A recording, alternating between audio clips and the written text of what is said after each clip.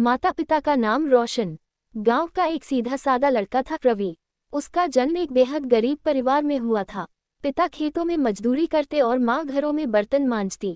घर की हालत ऐसी थी कि कई बार एक वक्त का खाना भी मुश्किल से नसीब होता। मगर रवि के माँ बाप का सपना था कि उनका बेटा पढ़ लिख कर बड़ा आदमी बने और एक दिन ऐसा कुछ करे जिससे लोग उनके नाम को सम्मान से लें। रवि हर दिन स्कूल जाने से पहले अपने पिता के साथ खेतों में काम करता, फिर स्कूल जाता और लौटकर माँ की मदद करता।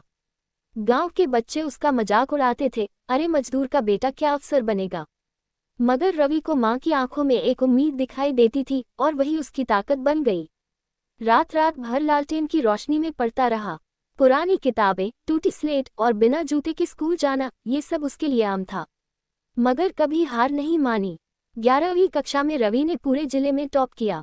स्कूल के प्रधानाचार्य ने खुद उसके घर जाकर माँ बाप को बधाई दी। वो दिन रवि के पिता की आंखों में पहली बार गर्व के आंसू लेकर आया।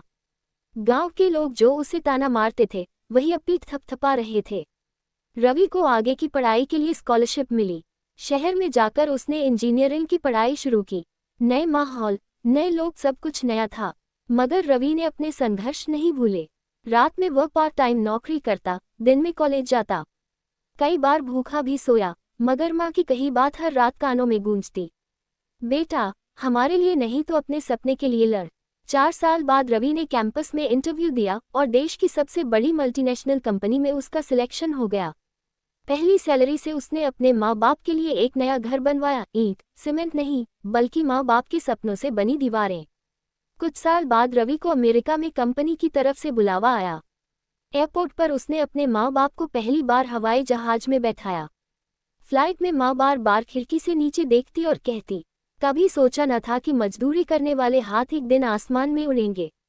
आज जब गांव के लोग रवि के माँ बाप का नाम लेते हैं तो कहते हैं, वो रवि के माँ बाप हैं, जिन्होंने सच में नाम रोशन किया।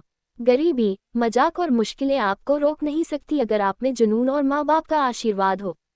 हर बेटा बेटी अपने माता पिता का नाम रोशन कर सकता है, ज़रूरत है तो सिर्फ मेहनत, लगन और हिम्मत की।